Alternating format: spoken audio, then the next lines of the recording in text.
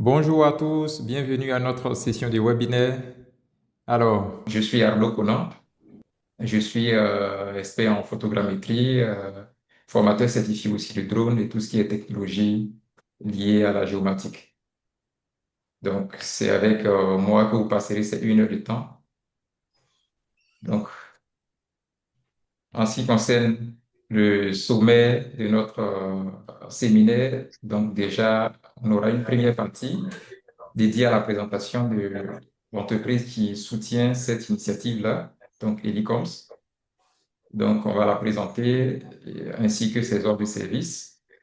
Ensuite, nous allons introduire notre sujet euh, et aborder les chapitres suivants, donc à savoir l'usage prévu du drone, donc la réglementation également qui accompagne l'usage des drones sur certains territoires et également les caractéristiques techniques, donc à savoir sur le drone avant même de penser à l'acquérir.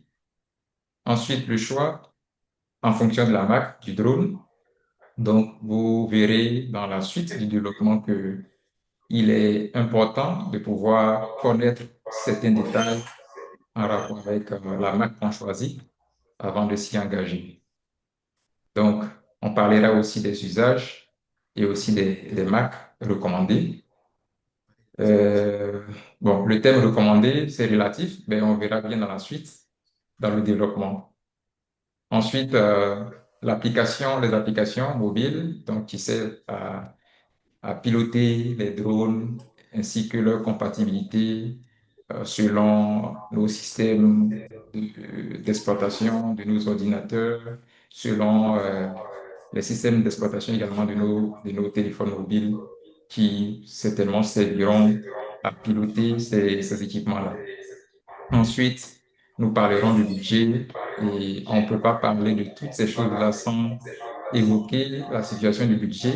Donc, cela est nécessaire, on va en parler.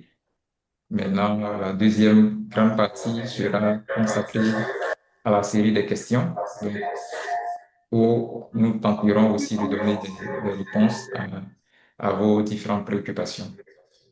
Donc, prenez bonne note. Euh, à la fin, on reviendra sur toutes les préoccupations que vous aurez notées et après ça, on pourra tenter de les répondre. Donc, juste 1 à 2 minutes de présentation de Helicoms. Donc, la structure, comme je le disais tantôt, qui soutient cette initiative de webinaire, donc cette formation. Donc, Helicom est créée depuis 2017. Donc, elle est basée en Côte d'Ivoire avec des opérations aussi dans la sous-région. Donc, que sont le Mali, la Guinée, le Bénin, etc. Alors, nos domaines d'activité tournent autour des solutions drones et tout ce qui est service d'ingénierie en rapport avec des secteurs comme le BTP, l'agriculture, donc le génie civil, les mines, les carrières, l'environnement, enfin, si je ne me répète pas, bien sûr, et tous ces domaines-là liés aux grands travaux. Donc, quand on parle bon, tout à l'heure, dans la diapo suivante, on pourra entrer dans le détail, donc, concernant ces solutions-là. Donc, déjà, pour ce qui est de la collaboration, c'est plusieurs entreprises avec lesquelles nous collaborons qui nous ont fait confiance et donc qui utilisent nos services, nos solutions. Donc, sur plus de 500 projets voilà, réalisés avec succès depuis sa création, nous avons plusieurs offres. Donc, on le verra tout à l'heure et ces offres-là sont accessibles à tous et flexibles également d'usage. Donc, je continue avec les offres de services. Donc, nos solutions sont dédiées à plusieurs secteurs d'activité, donc l'ingénierie. Alors, dans le domaine de la construction, du foncier, de l'urbanisme, donc du BTP, donc là, nous fournissons tout ce qui est relevé au drone, donc pour la modélisation d'infrastructures. Donc, ça peut être des infrastructures, des ouvrages d'art, donc des ponts, des échangeurs, en tout cas des ouvrages de génie civil en général que nous allons scanner grâce à nos drones et tout type d'équipement, également donc des scanners, etc., pour pouvoir modéliser ces bâtiments-là, faire sortir des maquettes numériques, donc pour usage dans le BIM, usage dans la topographie, donc dans la cartographie, etc. Donc nous faisons de la cartographie de sites par drone avec des capteurs, plusieurs types de capteurs embarqués sur nos différents drones, donc des capteurs photogrammétriques pour la photogrammétrie, des capteurs LiDAR pour tout ce qui est modélisation, création de nuages de points, et aussi avec des capteurs dédiés aussi à la bathymétrie. Donc, je résume. Dans le foncier, par exemple, ou du moins dans l'urbanisme et le foncier, le BTP, nous allons modéliser des surfaces, nous allons modéliser des bâtiments, nous allons produire des plans, nous allons accompagner dans le suivi de chantiers, etc. Et dans les mines et carrières, nous accompagnons dans les études de projet, donc dans la planification d'exploitation. Nous faisons les inventaires de stock et tout ça se fait au drone, également l'analyse sécuritaire de vos opérations. Dans l'agriculture également, on est dans la cartographie des sites, donc des parcelles agricoles, le diagnostic phytosanitaire, également l'épandage agricole. Et en matière d'assistance, donc formation, vente de drones et accessoires, réparation et formation, donc accompagnement technique dans l'acquisition d'équipements, dans le traitement de données, dans l'acquisition de logiciels, etc. Donc voici ainsi résumé l'ensemble de nos offres, voilà, ouvrant les secteurs d'ingénierie, également les drones. Alors, nous sommes situés au niveau d'Abidjan, donc où notre siège social se trouve, au niveau de Cocody Rivera, Faya, mais en face du nouveau camp. Nous sommes également joignables par téléphone, voilà, et également par courriel. Nous avons un site internet qui existe, donc vous pourriez le consulter via ce lien, donc www.elicoms.com. Également, vous pouvez nous suivre, vous pouvez nous retrouver sur vos réseaux sociaux préférés. Nous sommes sur Facebook, Instagram, LinkedIn, Twitter, donc X, YouTube, où nous partageons des astuces d'utilisation des drones, le traitement des données, tout ce qui est à savoir autour de la technologie et voilà, de ces applications dans bon nombre de secteurs d'activité. Assurément, pour ceux qui sont déjà sur nos plateformes, vous aurez déjà peut-être dû croiser une de nos publications, une de nos vidéos, un article, etc., qui traite des thèmes en rapport avec tout ce que nous faisons, tout ce qui a été présenté précédemment. Donc, ainsi prend fin cette présentation de la structure et l'e-commerce. Nous passons à l'introduction. Donc, nous allons entrer dans le vif de notre thème. Donc, accrochez-vous, on y va. Alors, comme on l'a annoncé dans nos différents teasers de communication, donc qu'il s'agisse de loisirs, qu'il s'agisse d'usage professionnel ou même d'utiliser dans le cinéma, donc dans le multimédia. On l'a dit tantôt, acquérir un drone, c'est pas quelque chose de si banal, justement parce que c'est un investissement. Et donc, tout investissement a besoin d'être rentabilisé par l'investisseur en question. Donc, à titre de loisir, a besoin, si c'est à titre de loisir, l'investisseur a besoin de profiter pleinement de son équipement pour se divertir comme il le pensait avant l'achat. À titre professionnel également, on a besoin de pouvoir l'utiliser euh, comme il a été conçu, voilà, dans l'esprit de celui qui acquiert l'équipement. Et donc, c'est justement pourquoi nous avons décidé d'accompagner euh, nos partenaires que vous êtes dans le conseil. Donc, pour pouvoir s'appuyer sur les leviers essentiels là, pour acquérir de manière productive un drone, vos drones. Pour ceux qui sont déjà en possession de drones, ben, qui peut-être n'ont pas pu cerner toutes les conditions, tout ce qui est prérequis autour de l'équipement, je crois que vous êtes la bienvenue également à cette session. Donc, nous parlerons de toutes ces choses-là, les points essentiels à, à prendre en compte avant l'acquisition d'un drone. Donc, le premier point essentiel à prendre en compte avant l'acquisition d'un drone, c'est son usage. Donc, est-ce que le drone est à destination pour la production audiovisuelle, pour la construction et l'ingénierie, pour les mini-carrières, pour l'agriculture, pour l'environnement, etc. Donc, l'usage de, du drone est une des conditions premières à, à regarder avant même de s'aventurer dans une acquisition. Donc, je le disais tantôt, certains voudront acquérir un drone pour voilà, simplement du loisir, apprendre à piloter, etc. Donc, on ne va pas vous demander d'aller investir dans un équipement enfin, destiné à un domaine spécifique qui est l'agriculture, qui est la construction, qui est l'ingénierie, etc. Donc, en fonction de l'usage, l'investissement va, va s'y rattacher.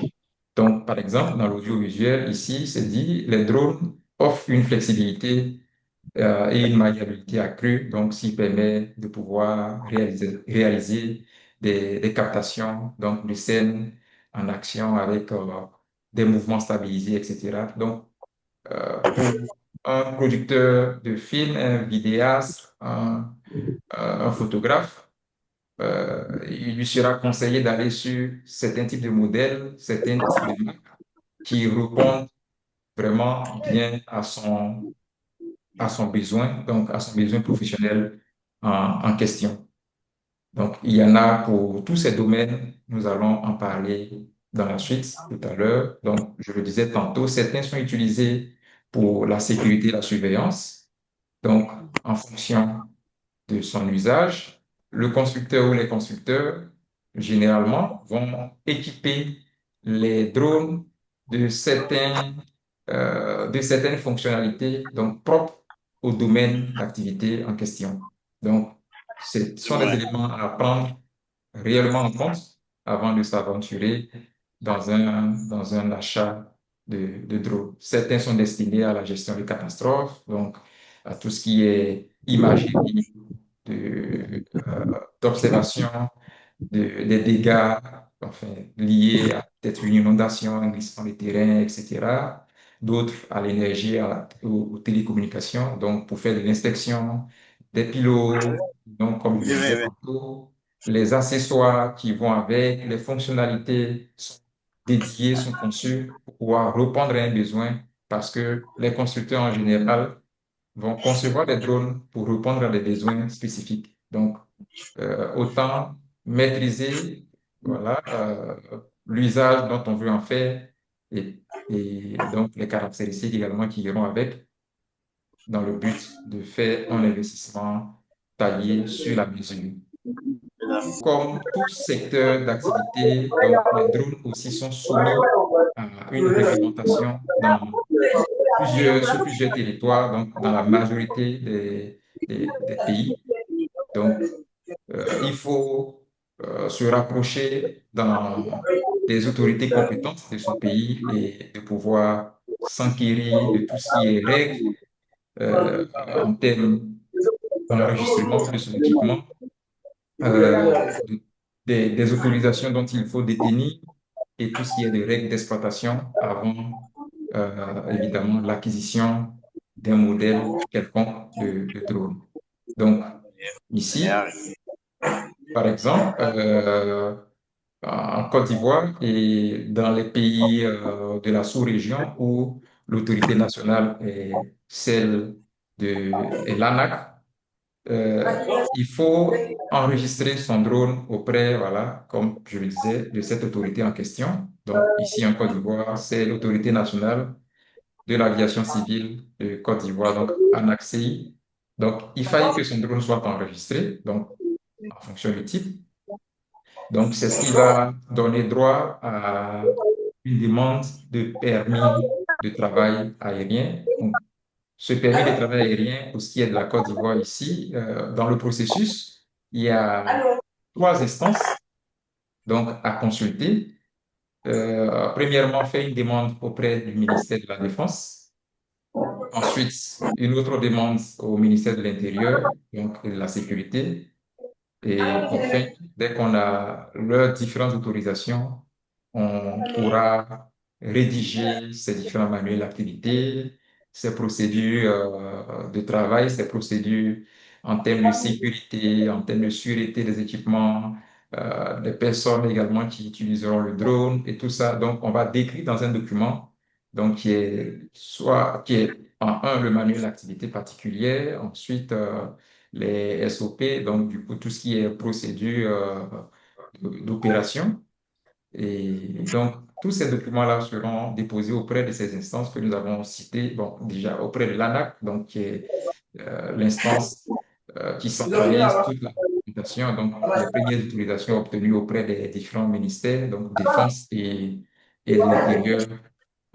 Donc, c'est à la suite et après vérification de vos équipements et de toute cette procédure-là, on va vous octroyer cette autorisation de travailler en aérien sur le territoire. Donc, à l'intérieur de cette procédure-là, on va vous demander certainement de licence de télépilotage. Donc, également, il y a des règles d'exploitation, comme je le disais tantôt, qui existent, donc éditées régulièrement par l'autorité compétente dans le pays. Donc, comme je disais, en fonction de votre pays, donc, rapprochez-vous de cette autorité-là pour vous fournir tout ce qui est critères à prendre en compte avant de s'y engager. Donc, les éléments qui reviennent régulièrement en termes de règles d'exploitation. Donc, on va vous parler enfin, je parle des éléments sensibles, donc des zones à sensibilité élevée, donc que sont les aéroports, les installations militaires, les zones à forte densité urbaine. Donc, toutes ces zones-là seront répertoriées, les prisons, etc., seront répertoriées comme étant des zones à sensibilité très élevée, voilà, dont il faut en tenir compte, pour lesquelles même souvent on nous demande des autorisations écrites avant de pouvoir évidemment être autorisé à survoler dans ces zones. Aussi, il y a le respect des hauteurs de vol. Donc, c'est défini selon la zone. Ici, en Côte d'Ivoire, on est à 120 mètres. Donc, quand on se rapproche, comme je l'ai dit, des zones ultra sensibles comme les aéroports, etc., cette hauteur-là va baisser en fonction de la hauteur des avions qui sont dans la zone, etc., etc.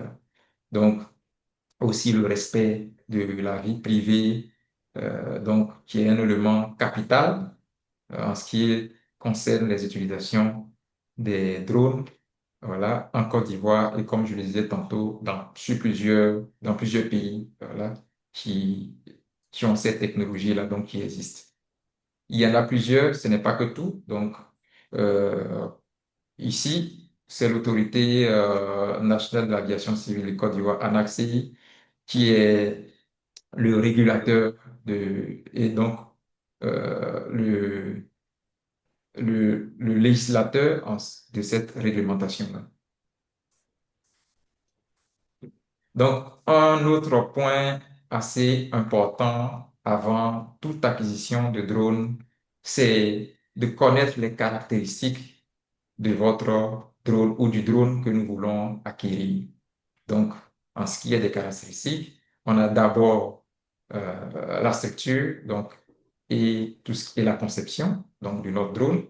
Euh, En réalité, tous ces éléments-là agissent souvent même dans la classification de nos différentes autorisations que nous demandons auprès de ces instances-là. Un drone, par exemple, de moins de 250 grammes, ne sera pas soumis aux mêmes règles d'exploitation qu'un drone qui est au-delà, enfin un drone dont le poids excède les 250 grammes en question. Donc, tous ces détails-là sont importants à savoir parce que ce sont eux qui vont conditionner soit la classification, donc la réglementation à laquelle plutôt votre drone sera soumis, donc aux différentes interdictions ou aux différentes validations en question. Donc, le poids, les dimensions, également la résistance, voilà, au choc, donc, en fonction de la matière utilisée pour la conception de votre drone, elle va peut-être plus résister au choc ou moins. Donc, sa résistance aussi aux différentes intempéries, donc pluie, poussière, vent, etc. Donc, certains drones résistent beaucoup plus. Donc, il y a dans les caractéristiques, dans les manuels d'utilisation, vous verrez très souvent des indices, soit d'imperméabilité à la pluie, à l'eau, au vent, à la poussière, etc. Vous verrez tous ces détails-là dans les différents manuels. Donc, tout ça en rapport avec la structure de votre drone. Un deuxième point en ce qui concerne les caractéristiques, ce sont les caméras et la caméra et les capteurs qui sont embarqués sur votre drone en question. On parlait du premier point à prendre en compte qui concerne l'usage de votre drone. Et sachez que en fonction de votre usage, les capteurs qui sont embarqués peuvent être différents. Donc, peuvent être différents en ce sens que ces capteurs-là, et donc, ce sont eux qui vont enregistrer l'information en question sur votre cible à étudier. Donc, quand je cible à étudier, ça peut être juste de la photographie, hein. Donc, prenez de la photo, vous voulez que les images sortent très bien, vous voulez que la résolution soit nette, vous souhaitez que vos vidéos soient enregistrées en 4K ou en 5K, etc., etc., en fonction des objectifs que vous vous fixez. Donc, ces objectifs-là vont conditionner le choix de votre drone, donc du capteur embarqué sur votre drone, donc de la caméra. Bon, à ne pas, la caméra aussi, c'est un capteur. Donc, quand je dis capteur, je parle de la caméra, mais je parle aussi de tout ce qui est détection d'obstacles, etc. Donc, ici, la caméra qui est embarquée, donc, euh, va, euh, va aider à atteindre l'objectif pour lequel on décide d'acheter notre drone. Ici, nous sommes sur un modèle de Mavic 3 thermique. Et donc, là, on a notre capteur thermique qui est là. Donc, celui-là, il va enregistrer la chaleur, donc les variations de la température, par exemple. Celui-là, une caméra RGB grand angle, donc il va enregistrer. Donc, une caméra ordinaire qui photographie, qui donne la couleur aux photos, comme les photos ordinaires qu'on utilise, donc pour les vidéos ordinaires. Donc, cette caméra-là, par exemple, elle va aider elle va capturer des images, donc des images dans le visible, des images qu'on peut voir et interpréter à l'œil nu. Donc ici, on voit un bâtiment, il est de telle couleur, on voit des hommes, on voit des arbres, etc. Donc ensuite, des capteurs auxiliaires, des capteurs de détection d'obstacles, etc. sur les équipements. Donc tous ces éléments-là vont aider dans le choix de votre drone. Également les capteurs en termes de détection d'obstacles qui sont embarqués sur votre drone. Donc, ceux-ci vont aider au pilotage de votre drone. Donc, celui-là, par exemple, il est doté de deux points ici. Ce sont les capteurs d'obstacles. Donc, ils vont permettre au drone, par exemple, de pouvoir repérer des obstacles qui sont euh, sur son chemin et voilà, soit les dévier, etc. Donc, également, un autre point concerne l'autonomie donc de la batterie de ce drone en question que vous voulez acquérir. Donc, généralement, les autonomies de batterie sont comprises entre 15 et 45 minutes. Donc, pour tout ce qui est drone grand public et pour les modèles professionnels, on peut aller à 40 et même au-delà avec certaines classes de batterie. Donc, pour ce qui est encore des caractéristiques, donc, il y a la portée donc, à prendre en compte, donc la portée, le contrôle, donc la radiocommande. Comment est-ce qu'on contrôle le drone et à quelle distance est-ce qu'on peut piloter notre drone? Donc, ici, en moyenne, on est sur du 500 mètres à jusqu'à 20 kilomètres en fonction du modèle qu'on a. Certains sont contrôlables via des radiocommandes, donc avec smart controller, donc avec smartphone plutôt, donc des radiocommandes sur lesquels on va monter un écran, donc des téléphones. D'autres sont pilotés avec des lunettes, donc FPV, donc qui veut dire First Point View, First Person View, donc la première personne en vue, donc de ce type de lunettes-là, des réalités virtuelles qui peuvent être associées à certains drones. Et un dernier élément, et ce n'est pas que tout, c'est l'essentiel qu'on a concordé dans ce PowerPoint-là. Ce sont des points importants on a concordés. Il n'y a pas que ça. C'est l'assistance au pilotage. Donc, certains drones sont dotés, en tout cas, de certains systèmes donc de navigation, donc des récepteurs GNSS ou des GPS qui vont permettre au drone de pouvoir repérer sa position dans l'environnement où il se trouve. Donc, ceci aide vraiment au pilotage d'un drone.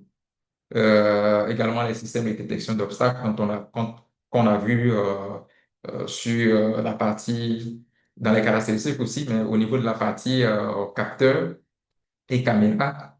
Donc, certains capteurs, ou du moins certains drones, sont aussi dotés de ce qui est des fonctions avancées de pilotage, donc pour le retour au point de décollage, par exemple, certains pour lesquels il faille simplement appuyer sur un bouton pour que le drone retrouve son chemin de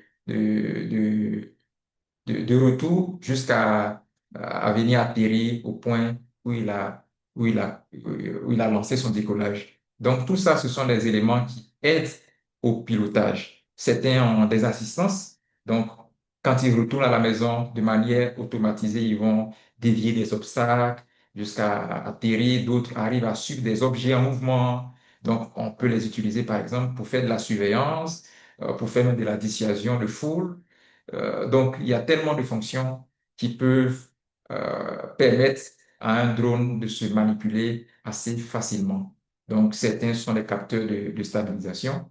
Donc, certains drones sont dotés d'IMU, donc composés de plusieurs éléments électroniques, donc que sont un gyroscope, un accéléromètre, un baromètre, qui vont permettre au drone de pouvoir se stabiliser en vol, contrôler sa vitesse, contrôler la température. Donc, tous ces éléments-là viennent faciliter le pilotage. Alors, un autre critère qui pourra aider à faciliter votre choix, c'est aussi la marque du drone.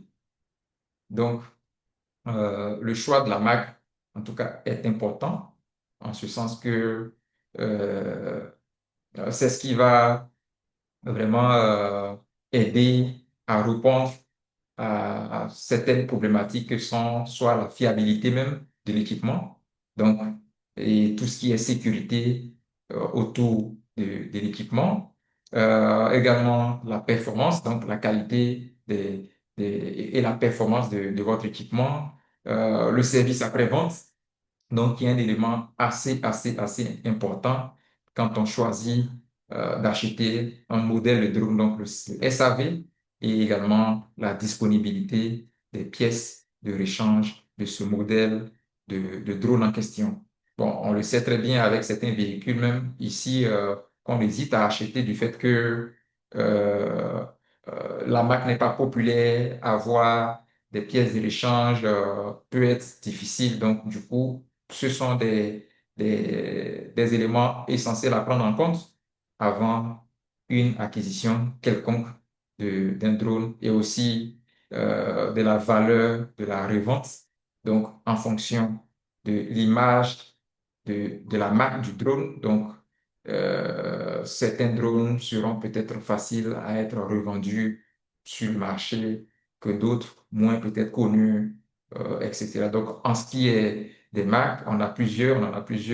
Ce n'est pas que ce n'est pas toutes les marques qui existent, des drones qui existent qu'on a mentionné dans ce PowerPoint-là. Donc, vous avez AG Eagle, donc une marque américaine. Vous aviez Hotel Robotique, vous avez Holystone, vous avez Parrot, vous aviez DJI, vous aviez Yellowscan et toutes ces marques-là, donc qui sont euh, qui sont mentionnées ici et même d'autres, voilà, qui sont pas forcément dans ce PowerPoint-là.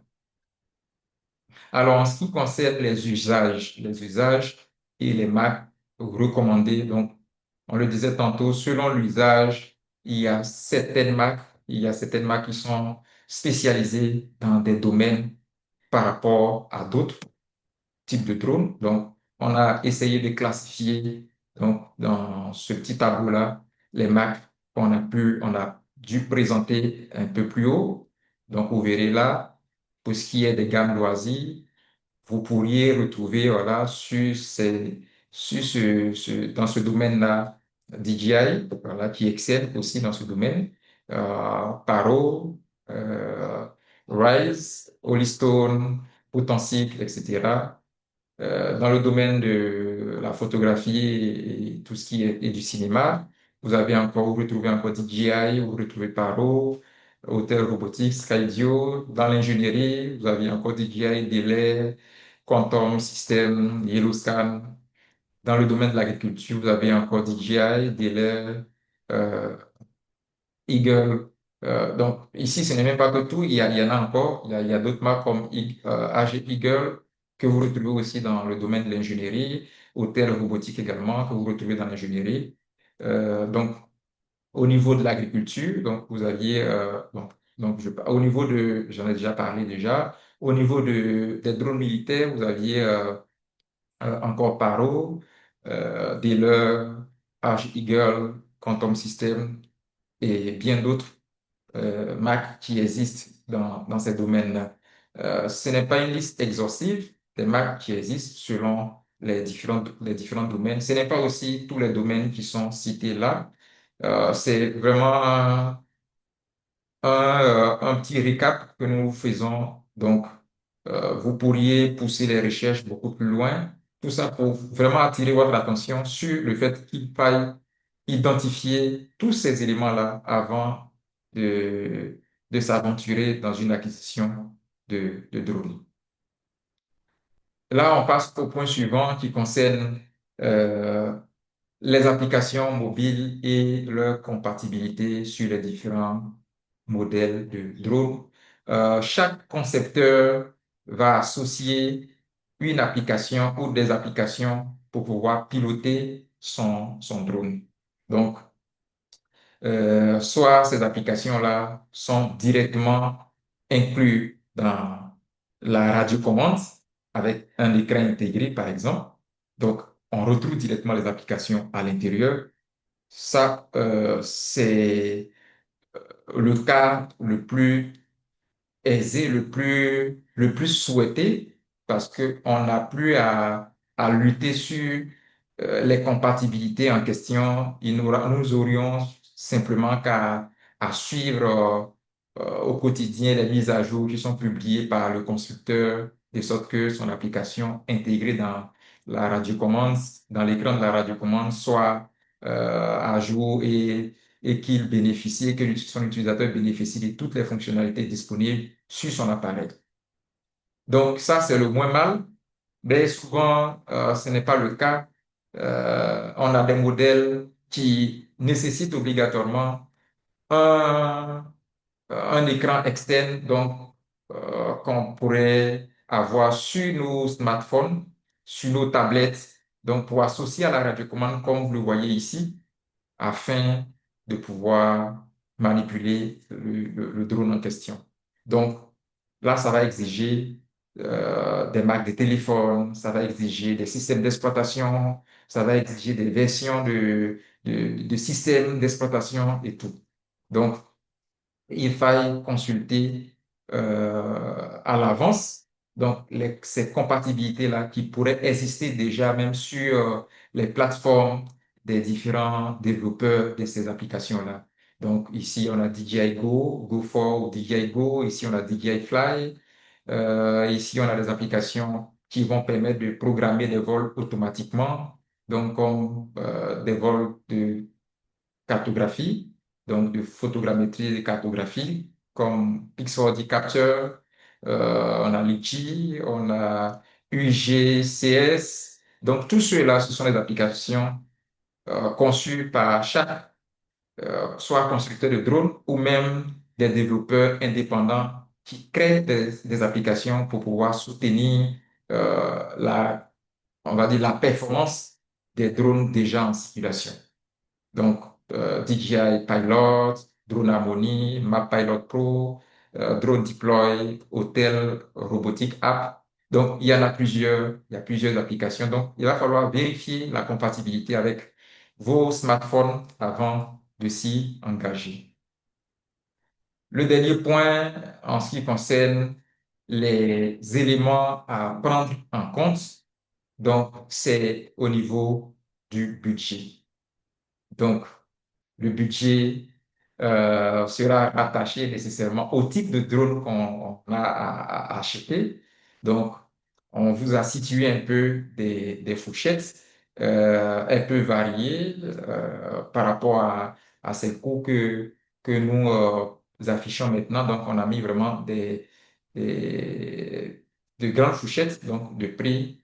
Vous pourriez, en fonction de votre euh, du type de drone que vous souhaitez avoir, demander un devis, voilà, auprès de nous, nous en vendons, ou bien, donc, ici, en ce qui concerne les loisirs, donc, et tout ce qui est pilotage d'initiation, donc, vraiment l'entrée des gammes pour des drones de loisirs et drones d'apprentissage au pilotage, donc, on est sur des gammes variant entre 297 et 700 000.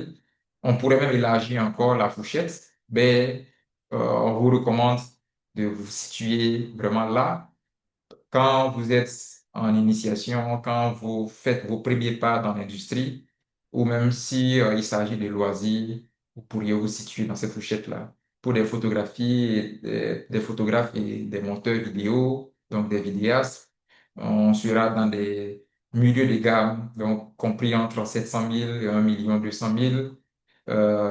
Également pour les photographes et les vidéastes professionnels, donc, ceux qui ont pour enfin, application professionnelle, soit vraiment le cinéma, avec des rendus de très très haute résolution, avec une certaine gamme de captation, vous serez situé peut-être dans des hauts de gamme variant entre 1,5 million et 3 millions. 3 millions, on peut même l'élargir parce il y a vraiment des gammes qui sont utilisées à Hollywood, qui sont au-delà même de 10 millions même en termes de valeur sur le marché.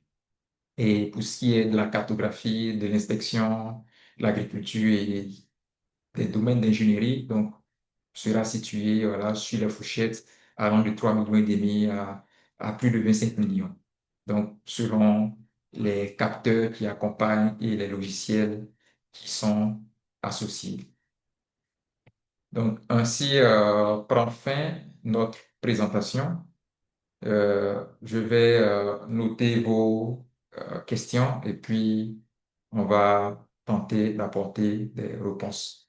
Donc, vous pouvez ouvrir vos micros pour ceux qui ont des préoccupations et on pourra en parler.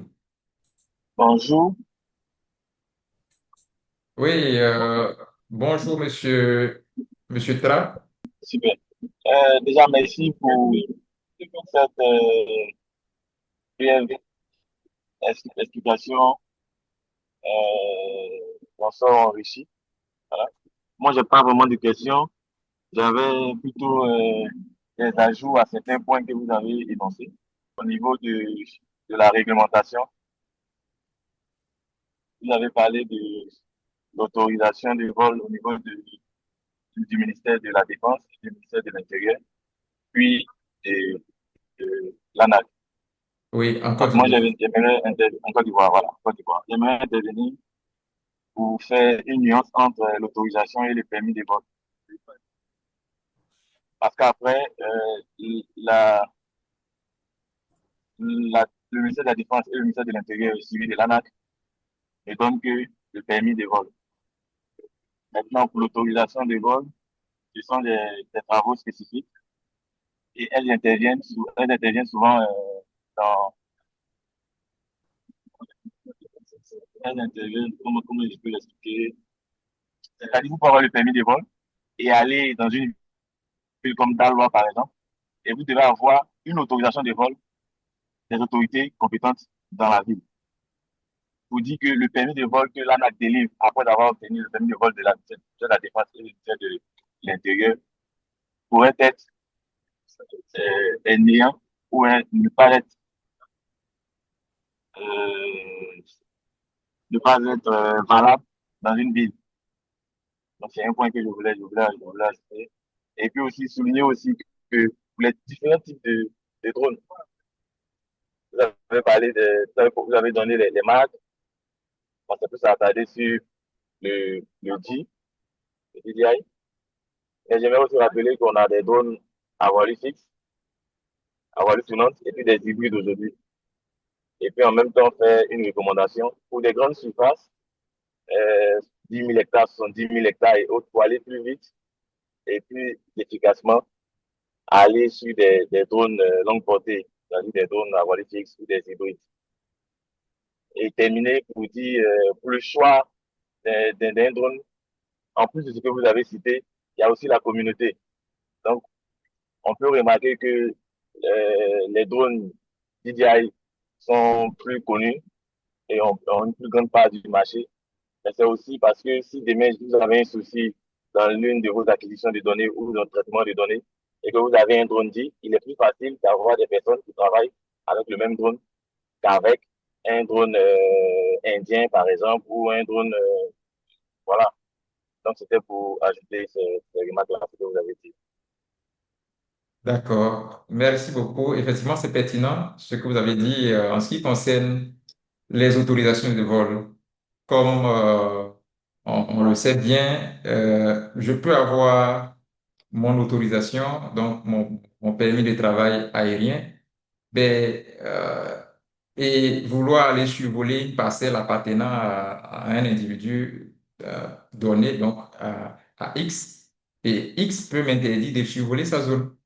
Et donc, en plus d'avoir, ou malgré que j'ai mon permis de travail aérien délivré par l'autorité compétente du pays, l'individu peut s'opposer, ouais, l'individu qui gère la zone, donc, ou le propriétaire de la zone peut s'opposer à cette utilisation-là sur son territoire. Donc, ça, c'est légitime. On parle du respect de la vie privée, et donc, du coup, s'il estime que euh, ses intérêts ne sont pas, enfin, sont menacés ou ne sont pas correctement pris en compte, il pourrait s'opposer évidemment à à mon utilisation, donc à l'utilisation de mon drone sur sa parcelle ou sur son territoire.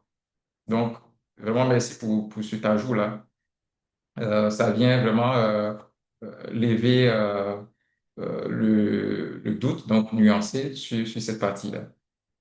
Donc, pour tous les autres points également, c'est tout à fait correct ce que vous aviez donné comme argumentaire. Donc, s'il y a d'autres choses encore, donc questions ou suggestions? Bonjour, Manu, comment tu vas? Oui, bonjour, Monsieur Christian, Monsieur Thierry. J'ai une question et puis bon, une remarque. Euh, à Tongo, on avait les autorités qui étaient venues, qui avaient demandé à ce que nous tous, tous les opérateurs tous les topographes et les opérateurs de drones aient une autorisation chacun. Mais ce que la mine a fait, la mine a eu un papier chez les autorités, c'est-à-dire la mine autorisait tous les topographes à utiliser les drones. Donc nous, on avait seulement que, comme on appelle, le récit d'achat du drone les différents papiers du drone. Donc, j'aimerais demander aussi, si dans ce genre de figure-là, si la mine, ou bien si l'entité, ou bien si l'entreprise décide de prendre elle-même en charge tous ces préparations-là, c'est-à-dire même avec son autorisation d'utilisation du drone dans toute la zone. Donc, nous, on n'avait plus besoin de faire notre papier. On utilisait simplement nos documents qu'on a fait, la formation avec vous, les documents de formation, l'attestation. C'est l'attestation seulement qu'on prenait pour montrer à l'autorité quand on faisait le lever de tour. Donc, je demande si c'est possible aussi. D'accord. Euh, donc, je réponds. Est-ce que quelqu'un a une autre question dans ce sens-là? Je peux la prendre en même temps. On n'a plus beaucoup de temps. Il nous reste que 10 minutes, bon, moins de 10 minutes. Donc, je prends les questions et puis je vais les regrouper pour répondre. Oui, bonsoir. Oui, bonsoir, Monsieur Gustave. Oui, moi je voulais savoir si c'est à titre commercial, est-ce qu'il y a des taxes à payer ou il y a des taux de TVA à payer, c'est-à-dire lors du délivrement de choses de consommation. D'accord. Donc, vous voulez savoir si, même détenant tous ces documents dont nous avons parlé maintenant, est-ce que la TVA, le dédouanement, tout ce qui est taxes euh, en rapport avec l'importation de matériel est aussi applicable sur les drones? C'est bien ça la question. Oui, oui, c'est ça, c'est bien ça. D'accord. Donc, je vais commencer par Christian, qui demandait ou qui nous présentait un tableau dans lequel l'entreprise avait acheté son drone, donc utilisé par plusieurs opérateurs sur place donc, dans l'entreprise. Et il suffisait pour l'entreprise de présenter, l'entreprise avait son autorisation. Je vais redemander là. Est-ce que l'entreprise avait son autorisation à elle? Oui, oui, l'entreprise avait son autorisation. D'accord. En fait, dans la démarche pour la demande de permis de travail aérien, c'est que le drone est enregistré. Donc, on a parlé de l'enregistrement du drone. L'enregistrement se fait par le propriétaire du drone. Donc, dans votre cas, c'est l'entreprise qui est propriétaire du drone. Mais ça ne suffit pas. Donc, à ça, chaque opérateur, donc chaque télépilote est obligé donc d'associer sa licence de télépilotage, un peu comme un véhicule. Donc, le véhicule est immatriculé par son propriétaire, donc porte le nom de son propriétaire, donc qui est la mine, mais ça ne veut pas forcément dire que c'est bon. C'est vrai que les entreprises sont représentées par, ce sont des entités morales, donc peut-être ça ne casse pas très bien avec l'exemple que je vais donner en ce qui est des véhicules, mais comprenez que c'est le même système. Donc, j'ai un véhicule, donc le propriétaire l'a immatriculé en son nom, mais n'empêche que ce véhicule-là, il peut le céder, non, pas, le prêter plutôt à un autre individu possédant aussi un permis de conduire valable sur le territoire et rouler ce véhicule-là. Lorsque les forces de l'ordre vont l'arrêter, soit il a une procuration du propriétaire qui lui a donné le véhicule, voilà, pour une période donnée, mais il présente en ajout de cette documentation-là lui-même son autorisation, donc son permis de conduire. Donc, peut-être que par le passé, ça se faisait là-bas, le temps que l'autorité nationale vraiment mette le doigt sur le détail nécessaire en rapport avec cette réglementation-là. Mais il faut savoir que en plus de l'autorisation de l'entreprise, chaque télépilote a besoin d'associer sa licence pour pouvoir opérer en toute légalité ce drone, mais qui est la propriété de l'entreprise. Ok, l'attestation qu'on a présentée comme document d'information, puisqu'ils nous ont dit que l'entité avec laquelle on a fait la formation était agréée par les autorités au fait. Je n'ai pas bien entendu cette partie. Je dis, C'est l'attestation de formation qu'on a présentée. Sinon, les autorités étaient venues vraiment réglementer ça. Donc, ils Si, sont venus, on si, a montré l'attestation de formation qu'on a fait avec l'entité en question, si, puisque si. l'entité en agréée par les autorités, ils nous ont pas Si, tenu si, pour si, rigueur si. En aussi. fait, OK. Donc, j'explique un peu. Cette histoire de licence de télépilotage n'est pas délivrée par l'ANAC elle-même. Donc, l'ANAC autorise les centres de formation et ce sont ces centres-là qui forment donc, les télépilotes et qui leur délivrent leur certificat donc, après formation, après validation de leurs acquis et tout. Donc, qui délivrent ce certificat-là. Il fait office auprès de l'ANAC donc, de licence de télépilotage. Donc, ce n'est pas un document que l'ANAC va délivrer. Le seul document que délivre l'ANAC, c'est le certificat d'exploitation, donc le permis de travail aérien, mais pour le propriétaire du drone, donc pour l'entreprise, donc pour la mine en question. Mais à vous, c'est votre formation que vous avez faite auprès des centres de formation agrément, c'est ce certificat qu'ils vous ont délivré là, qui sert de licence de télépilotage. Pour l'instant, c'est ce système-là qui fonctionne en Côte d'Ivoire. Donc, l'ANAC ne Ah, délivre ok, ok, pas c'est compris. de certificat de télépilotage. Donc, cette licence de télépilotage dont nous parlons, c'est pas un document qui est délivré par l'ANAC. C'est délivré par Ok, c'est compris. les centres agréés par l'ANAC pour délivrer la formation. Maintenant, Ok, je ok, reviens c'est bon. à... OK, c'est bon. Si c'est bon, je reviens à Gustave, qui a demandé si il était impératif que des taxes s'ajoutent au niveau de l'achat. Oui, il y a la taxe à l'importation qui va s'ajouter, donc vous allez faire le dédouanement. Si vous importez votre drone depuis l'étranger, vous allez faire le dédouanement de manière correcte. Donc, arriver sur le territoire. Si vous l'achetez aussi auprès de nous, par exemple, nous, on va vous le vendre avec la TVA, par exemple. Donc, tout ça sera inclus déjà dans le prix d'achat de votre lot.